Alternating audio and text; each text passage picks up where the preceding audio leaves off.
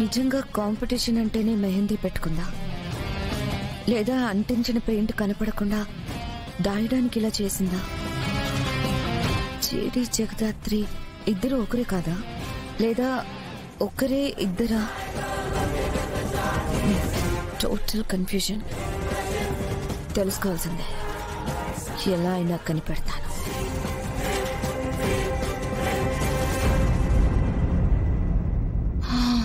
మా అక్కకి నీ మీద అనుమానం గట్టిగానే ఉంది దాత్రి.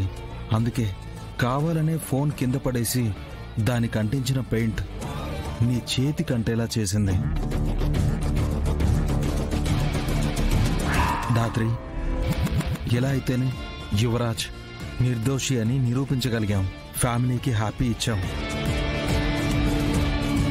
దాత్రి, ఒక మంచి సాంగ్ పెట్టు. సరే.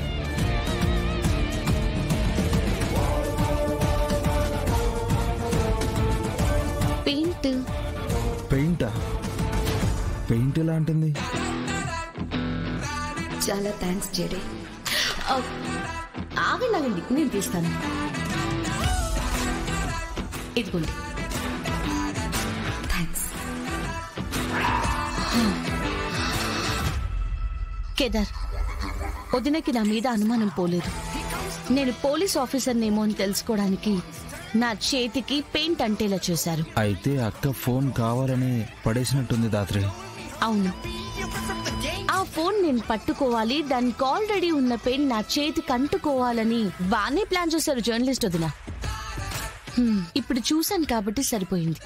ఇలాగే ఇంటికెళ్ళుంటే నేను పోలీస్ నన్న నిజం వదినకి తెలిసిపోయేది. మరి ఇప్పుడు ఏం చేద్దాం దాత్రి?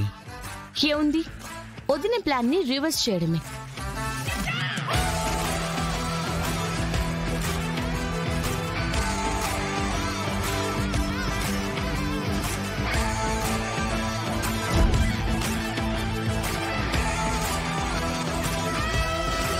జగదాత్రితోనే గేమ్సా?